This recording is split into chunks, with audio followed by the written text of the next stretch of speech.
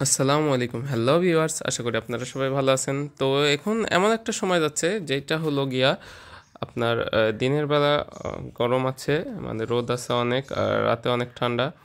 তো এই সময়টা কিন্তু আসলে একটা ট্যুরের সময় বলতে গেলে কি আর, আমি প্রতি বছরই এই সময়টাতে ট্যুরে চলে যাই।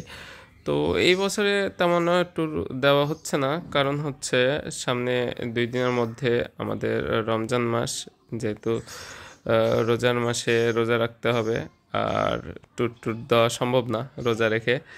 তো এই কারণটাতে এবার ট্যুর দেওয়া হচ্ছে না। এবার ইনশাল্লাহ ঈদের পরে ট্যুরে যাব।